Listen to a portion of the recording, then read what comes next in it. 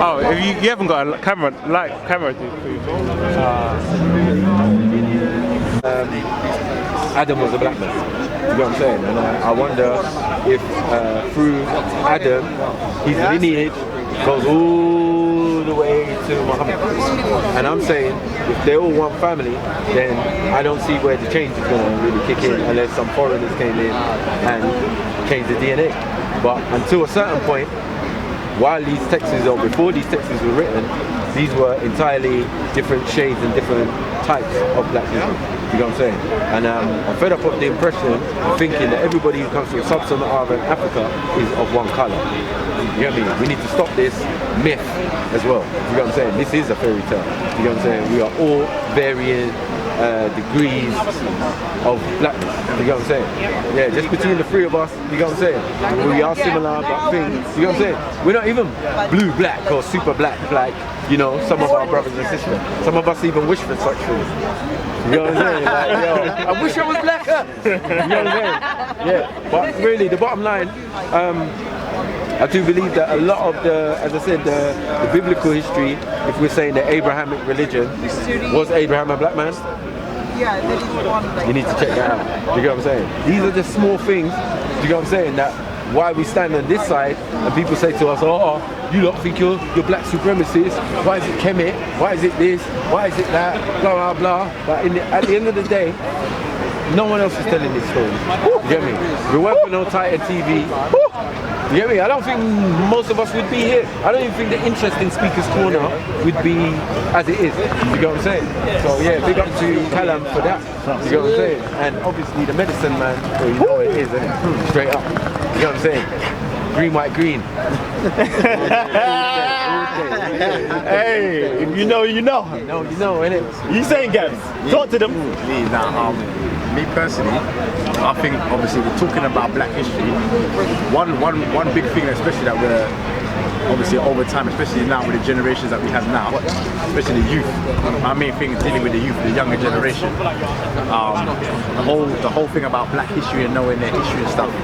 Keep saying this like years and months after month. It's very lack. Do you know what I mean? It's lack to the point where, you know, we see in our areas where we grow up, you know, the violence, knife crime, all the stuff that's going on. And it's because most of the young black youth, they don't have nothing to draw to. There ain't no cultural pull or any history, something that they can gravitate to. Do you understand what I'm saying? So, and I think some of this is to do on our elders, maybe parenting as well. You know, we're not really educating our youth and showing them most of this history. Maybe because the adults, our parents, haven't even been taught. You know what I mean? That could be because of religious ideologies. You know, certain parents like no, don't talk about this. African history is the devil. It's demonic. It's demonic. So maybe that might play a part in it, but. One thing I will say is that we need to start encouraging reading and getting back into the books and the teaching again, because, you know, as time is going on, like everything is getting more lax, more lazy.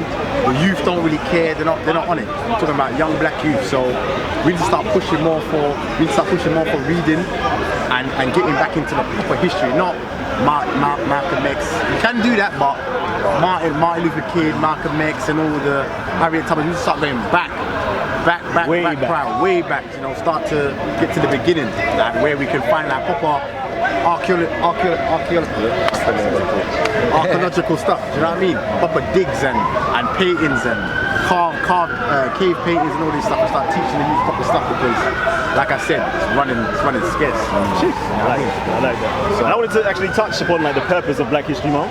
I was watching a video the other day. I think it was on Instagram. It was funny. It was a white guy. He was like, "What is this Black History Month? Black History Month? Like, isn't that a bit racist? Imagine if we had White History Month." Hold on. Question. In school, we had a subject called history, right? Yeah, history. I'm sure in every single one of those lessons, there was no mention of blackness, Asianness, or any other ethnicities. It was always about English and other Europeans and their history. And as a black person, you're feeling lost. Like where do I fit in? The only way he's there, like, remember going back to Bible school, and like, the only way he's there, and this one begot that one, and that one begot this one, and I used to go to like Jehovah's Witnesses. Jehovah's Witness? No Jehovah's Witness. I used to open up that book. Like that book was beautiful. Like with all the pictures and the colours. And I'm there flicking. I'm like, come on. And I still wasn't able to find myself. Yeah. So you know, it's really important for us to actually have some sense of identity of who we are and where we've come from and what we actually have to offer for this world. And I hate black history in a sense because a lot of black history is just talking about the transatlantic slave trade.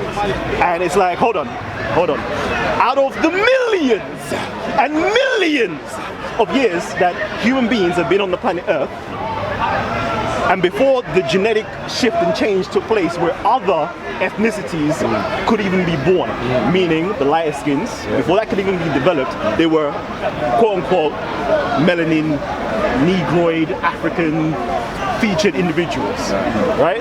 That was their prevalent. But now we're just starting at 400 years ago of slavery when black people, and I'm going to say a group of black people, not all black people mind you, a group of black people were at the most lowest point in history. And people wonder, like why is it in the black community that there is so much problems? One of the problems is the myths, the stories that we tell each other, and then we start to self-identify with them. And we're just taught that we're only slaves and we're only niggers. You know what I mean? Then we're the lowest of lowest, and you come from poverty, and you come from being animals in Africa. Like, how do you expect us to behave?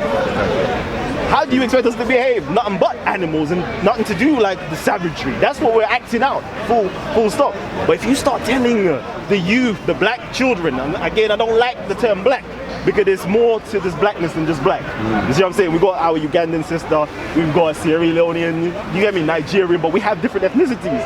We have Nigerian, we have Igbo, Yoruba, Hausa, continue, we've got Somalians, we've got Darud, Issa, continuing and so forth and so forth and so forth, right? That is what we need to be getting into. The actual ethnicities, and talk about the greatnesses that each one of those ethnicities actually produce in the world. And not just the one, like, you know, standard. No, there is so much diversity out there that we should learn and we should appreciate. Again, the purpose of black history, baby. The purpose of black history. I'm trying to bring back some pride into us, you know. And again, I don't really like talking just going back to millions of years and thousands of years and so forth and hundreds and so forth years, yeah. I like going back into like near history. Near history. My brother talked about it just a minute ago. The history that we create every single day of our lives. You dig what I'm saying? Like, I want to talk about that. I want to talk about the greatness of Gabs. You know what it's there? Like, I want us to talk about that. I want us, like, hey, come on. Like, there's so much greatness, you know. Like, even our parents and their history, like, sometimes they try to shy away from that. They don't want to talk about those things there. Our grandparents and so forth. Like, some of us have parents that's been inside of the World War.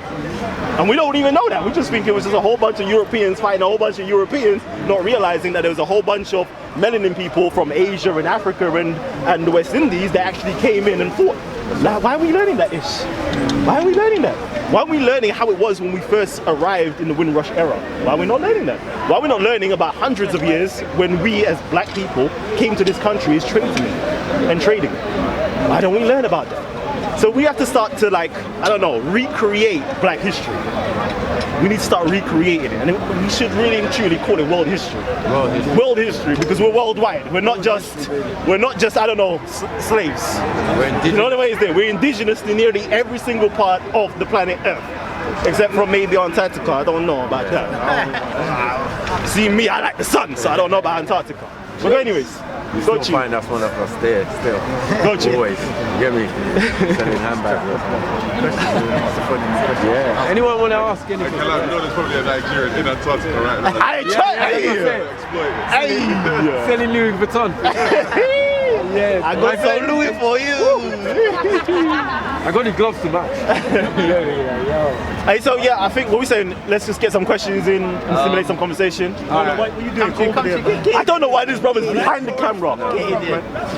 Come on, Issa. Issa, baby. Again, this is Black History Month, baby. We're making history.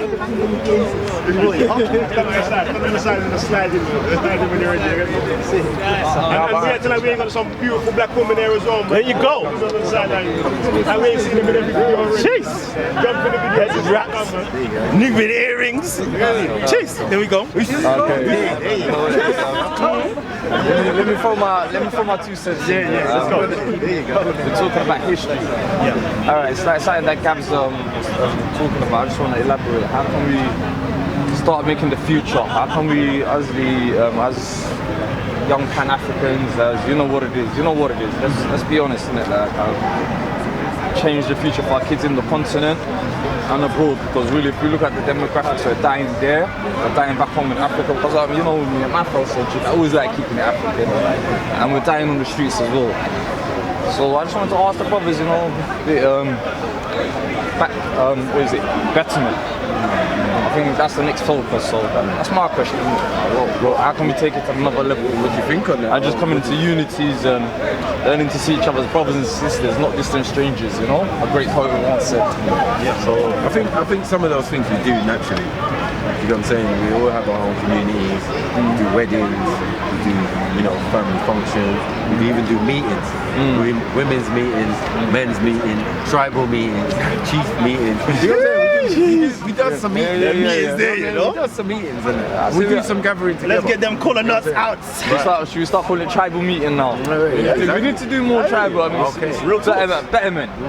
That's my angle. That's K. I don't know about the betterment bit. That's where more unity. I would say only use the word betterment because I'm trying to push Afrofuturism. Personally, I'm trying to push that.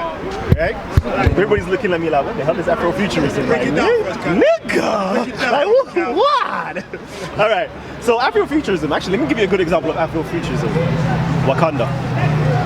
Yeah, Wakanda. Wakanda forever. Wakanda forever. That there is Afrofuturism. And I like that. You see how the way, that whole concept of Wakanda brings about a culture and a sense of pride. The first thing when the man said Wakanda was what? You see the way he's there? Like, imagine that. We got Ryan Coogler, the director of that, another brother, all cast, and it shows you. We're coming for you. Come on, sister, do you want to? Because I'm thinking, we need to start painting. Hold on, I'm thinking that we need to start painting pictures or visions of the future that our children can start living up to. Yes, that's what I'm saying.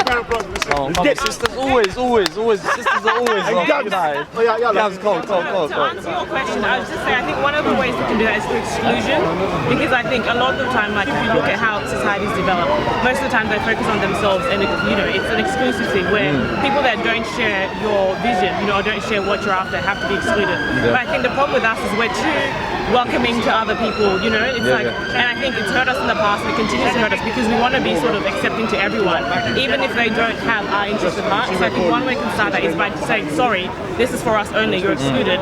Because a lot of the time, especially now, things have been brought into not just black people, but people of color. So then that allows people to just pick and choose parts that they want and joining the conversation when really their struggles are different. And that's how you get people who are maybe Arab or North African saying, oh, we're people of color too. So even if they're not African, it gives them the license to sort of try and almost in a way sabotage. And if you allow anyone to just join in, then your train's going to be going left, right, and center. So I think one way is to just build firm barriers and boundaries, and then we have the time to actually organize ourselves before we can actually go forward. I've got a question, something that's in line with what Callum was saying and what you're saying, sister. It's about building a Wakanda and building something future, building for my thing is building for something better. Yeah. Do you think it's because the European system, is always, it's not working for them? It's never worked in Africa. It's not our ways. Exactly. Should we start getting how they do their things and rebuilding our own, destroying these borders, free trade amongst African countries? That's why I try to push, get the economical stranglehold of Africa. And Ethiopia, Djibouti's already started train lines, take these borders away, and start building our own version of Africa, not like the West. Not trying to copy, because we're different. Africa itself is diverse. Look how many Africans are here. No, just to piggyback on that, it's interesting that you bring up Wakanda, because if you watch Black Panther, you read in the comments, Wakanda is actually exclusive.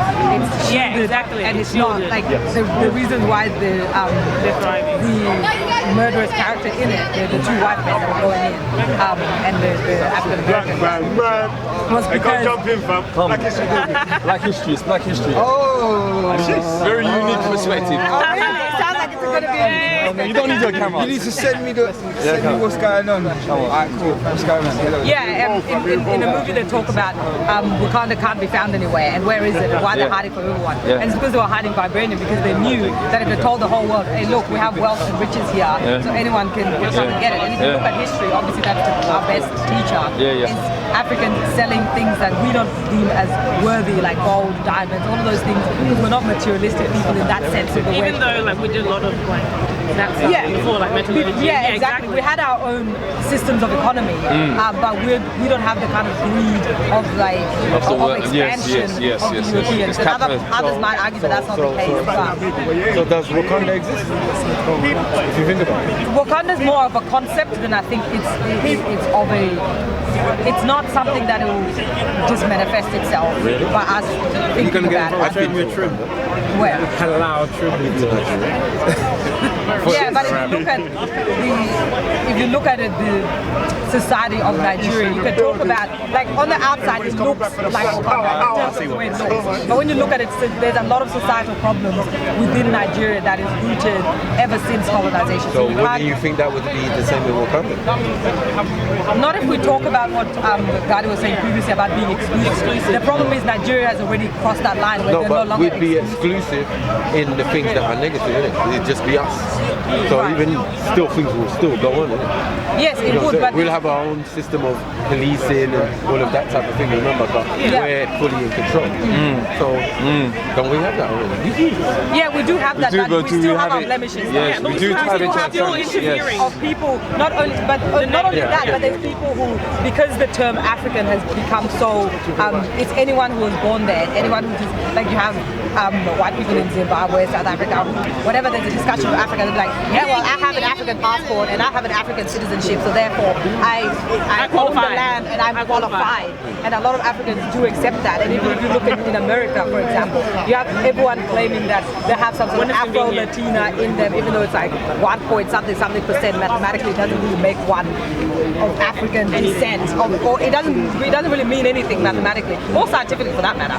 But still, like, people walk on and say, yeah, you're part of us and you can participate in black culture, you can participate in black joy. But then if something happens to the community, everyone's like, well, I'm not African, I'm only 1% African. That's not, it's only my great-great-granddad that I'm not associated with. So people pick and choose, and that's to our detriment. But at the end of the day, we walk around the world as black people and we can't hide our blackness. Whereas people who lived in Africa, who are white or North African or whatever, they can say that they're African when they want to. They can switch identities when they want to be African, when it suits them. Yeah, so when it comes to Black History Month, how many white South Africans do you see are jumping around talking about, oh, Black History Month, even the end of apartheid? What other people had a golden age? We don't have a renaissance, that's what we don't have. I mean, what other people had a I can agree with that. About time we do though. Exactly. That's what we need. So then we had the formula. Yeah. The formula exists, isn't it? Right. So if you have a golden age, you get me, nobody else. People having dark ages, all sorts of ages, but they're not having golden ages. Right. You know what I'm saying? Yeah. But even in complete golden ages, there's not 100% serenity. Absolutely. I don't think anybody wants that. Question. To me, I'd rather Africans fight other Africans than have Africans fight themselves, and on top of that, random individuals who then put their 2 cents in, who can also leave when they have the luxury of leaving. Because if we look at the case of South Africa, when apartheid was finished, white people were given free citizenships to Australia and to New Zealand. Meanwhile, black people are still getting killed there. So black people don't have that luxury. So when they say this black on black crime, I can sleep at night a little bit about that, because I'm like, at least it's like black people fighting other black people. That's a different dynamic. Whereas if somebody else, an outsider coming in, for example, if we started fighting Europeans right now, do you think me and you will be discussing this the next day? Do you think we'll be given free citizenships to go elsewhere? No. So it's, at the end of the day, it's not really necessary for us to then start critiquing ourselves without really looking at the bigger picture. Because when we start fighting amongst ourselves and then having that discussion of, oh well, these small Africans are fighting, this tribe is fighting that tribe, then we fail to look at what's happening behind us. You know what I mean? We fail to look at the enemy that's moving in silence. So we haven't learned from history. Yeah. Is that what you're saying? We haven't learned from history. That's what I'm saying. We need a renaissance. We can't. It's not our history. I want to know about Yeah, this. I want to know about this Renaissance. because like and the the golden- history starts with like the problem with it is like the history starts with a backdrop of us already failing, you know. Whereas their history, it's like, oh, we have this thriving empire and then this happened. But that's like y'all never had an empire. It just started like, you know, it's always like it always starts like in the backdrop of us already, like you said, at our lowest points. Yeah. And obviously that's how it starts. Then it's hard for you to, because imagine if someone says you guys started savages, then you're going to think, well, no matter how high I get, I'm going to revert back to that. Which is what like Shakespeare does in Othello. You know, he's, you know, they describe him as a savage and whatnot, and he rises up, but then what happens in the end? He falls again. You know, he falls again. So that's why we have to go back, pre the history that we're given, pre the narrative, you know, in order to be able to return back to that. Because I think we're returning back to slavery and whatnot. You're gonna, subconsciously, it's gonna affect you. I want to know how are golden ages and Renaissance created? That's the question. Through chaos. That's how Someone drop some knowledge on that. through chaos. Because Like, right about now, destruction starts from creation. the African diaspora needs a renaissance. So it They need needs a rebirth. Like this is what I'm agreeing. status quo right now. It has to start What we have right now needs to be destruction. destroyed. It has to start with, exactly. It needs to be burned. The And thing from is, the ashes, what about that's poor what- leadership? Let's talk it, baby. Let's talk That's it. another one. That's it. It's poor leadership. Yeah, I think a generation has failed us. What you tried to do. Maybe I say personally, as a Somalian, as a refugee for 32 years, I say a generation of poor African leadership, like you're saying, a renaissance. I think that needs to be all scrapped as well. So what are we saying right now? Destroy and rebuild, right? Definitely. That's- All right. to me, That's that's what the I'm only doing way from us. forward. You know, I'm going to Africa. That's what my plan is. Because So we're carrying too let's much burden. destroy all of the institutions. Let's destroy all of the concepts, all of the ideologies. Get rid of and it. Let's start off at a flat plane. I'm saying mentally though, yeah? Mentally right now. We're doing it mentally. I'm not talking about going out on the streets, revolting, get bazookas and blowing shit. No. I'm talking about mentally. Let's just level foundation and let's create. Let's create a Wakanda. Let's create a utopia. Let's create a renaissance. Let's give birth to a new African and a new But African in the even within diaspora. the new Africa, even if, again, we could use the example of Wakanda, we see the Dora Milaje, the women. They were, their characters were inspired by actual tribe in the kingdom of Benin, when women would protect the king. And so you look at spears and you think these are primitive weapons and blah, blah. But in Wakanda, even though it's a futuristic civilization, they're still fighting with spears. Because for Africans, spears are not seen in the European lens of that's a primitive tool. I wanted to say something. Even though I'm guillotining people, hanging tomahawks, Vikings. Forget with their them. little Remember, knives. we've just destroyed them. Yeah, We've that's what I'm destroyed saying them. is- So let's keep them dead. Let's keep them buried. Let's not even resurrect their ghosts. Let's keep them dead. All right. But I like that. We're gonna pull from our past and our past that was Because that's filled where our in past is glory. nothing to be ashamed of. When I say from chaos, or when I'm saying from the ashes we have to rise, it's not to say that we turn our backs, because obviously our ancestors, their deaths and their fights were not for nothing. They did what they could at the time with what they had. But that doesn't mean we can't learn from that. That's right. Because that's only what makes someone wiser, is the fact that we learn, and the fact that we take sage advice from our ancestors. The way that they fought against, the way that they resisted the people that attacked them, that's why we are living right now, is because of their resistance. So I think it will be wise for us to not look at that as something to leave in the past and say, oh, that was the primitive way of dealing with things. Like concepts like democracy and capitalism, all of those were things that were brought in the advent of colonization. So I'm saying if we look at the structures that we've had previously, which is what made Africans strong in the first place, because we've existed for how many years, right? It will be smart for us, theoretically first, obviously, to look at those structures, as you were saying before. No, I think it was you were talking about archaeological facts and kind of digging back and looking at that. I think that would be a very important first step to take in terms of then building that renaissance. I think anyway. Come on, baby. Let's carry on. Let's lay the foundations. I'll throw in one rule: no outsiders. And we all know what that means. Subliminally. Let's talk in code. African. I'm talking in code. That means we need to share one language. So I say Swahili has to be the code. I say one language, or maybe a language where we go back to the African ways where we need to. Swahili has its Swahili has a huge foundation in Arabic. It will not be clever for us to be running around. Medu nature. Kumbaya here. Medu nature. That's what I say. I'm just saying we have to throw something along them lines. I'm just saying one currency. I'm talking about one currency, free trade. If the Europeans were able to do it with Greek and Latin, why don't we do it with one of our classical languages, which is Medu nature? That's me putting out there. Sorry, Medu nature is hieroglyphs, ancient Egyptian hieroglyphs. Let's put it out there. A black man. You're the type of guy that I wanted to ask this question. We're trying to talk about building a Wakanda. Building? A Wakanda back home for new African civilization. As black man. Would I be welcome being born in this country? That's a good question, you know? That is a good question. Being born here? No. No? No, first you need to have a detoxing. After you have your detoxing. Detoxing? Detoxing of what? What makes you assume that I need detoxing? I think that every single one of us inside of Western society needs a detoxing. So it's not just on you, it's all of us. What would you say that I need a detoxing? I don't know you personally. I'm saying that I'm saying I don't know you personally, but I know that definitely you and me, we all need to be detoxed from the system of society that we've been brought up in, all right, in order to go into a perfect society. Because otherwise we're going to be bringing our mess from the past into that perfect society, and that will crumble straight away. Where's the perfect society? The perfect society is in the conception of our minds, and then afterwards it's in the materialization. So there is no perfect society right now? No. We go back to Africa right now? No. Oh God, it's not perfect society, is it? No. In England you said we need to detoxify. Yes. So wouldn't you just say that every human needs to detoxify? 100%. And just reevaluate 100%. in the way that they think? 100%. Yeah. 100%. But there's some people but because we're not speaking about everybody else right now, we're speaking about Africans in the diaspora, or Africans and Africans in the diaspora. We're going to keep it into that context, and we're trying to create a foundation of how we would create that utopia. But I think for ourselves.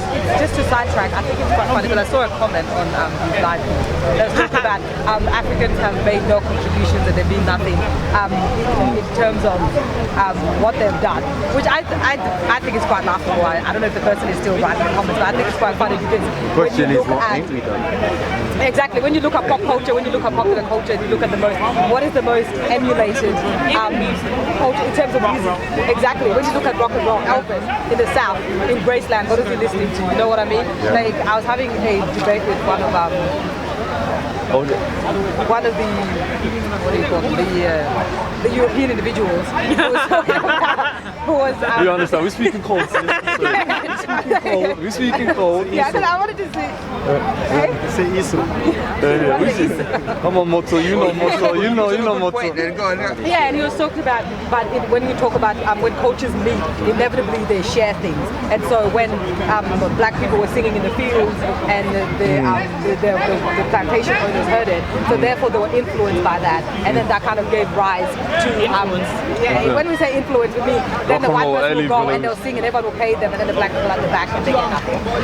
But they were adamant that with things like music, you can't have ownership over that.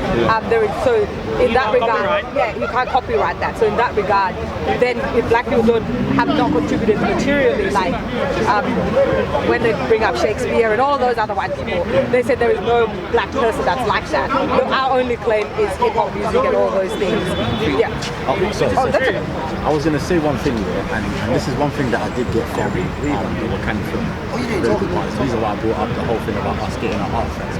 Because when you look at all the history, when you look at every history, especially Europeans, the artifacts and the things that happen is it's like the route to help propel the civilization. Exactly. And it's stolen. It didn't contribute anything, but the artifacts were all stolen. So why are you taking it? It's no contribution. I took my little niece to the London Museum and then I went to the African section. I'm thinking, okay, why can't these people return all of this? If it belongs to, we know who it belongs to. We know where you got it from. Who made you the gatekeeper? No, that was another thing of interfering. That's all right. Oh, sorry, yeah, go. One of the main parts of the film is the bit where what's that guy? Michael B. Jordan. Yeah, he goes to the museum. This is the bit that resonated in my mind. He went to the museum. Remember, he hasn't been to the continent. The diaspora as well. He was asking the lady questions. He was like, okay, where's this from? Yeah. she was saying this, and he was like, no, this is from By the way, the museum is in London. Yes. And then you see the woman, the African, the woman was showing. So what I'm trying to say is, just understanding that alone is showing you that our youthful generation need to understand their artifacts and where it's coming from, and the history. Because once you deal with that, it will slightly help, bring some sort of foundation and clarity into. I mean, when you look at like the study of Egyptology, so when does going into like the tombs, those were sacred places. So when does history then become like when did grave robbing stop as a concept? When did because would you see me going to Highgate and digging up people, like digging up authors or digging up Shakespeare? Do you think people will be like, of course, take it to Africa, show everyone Shakespeare? Meanwhile, no, that's okay. I've got the gist of what you were saying. Like, quite basically, you're saying that our culture and our stuff's being hijacked. Yeah. Cultural appropriation, basically. All right, misappropriation.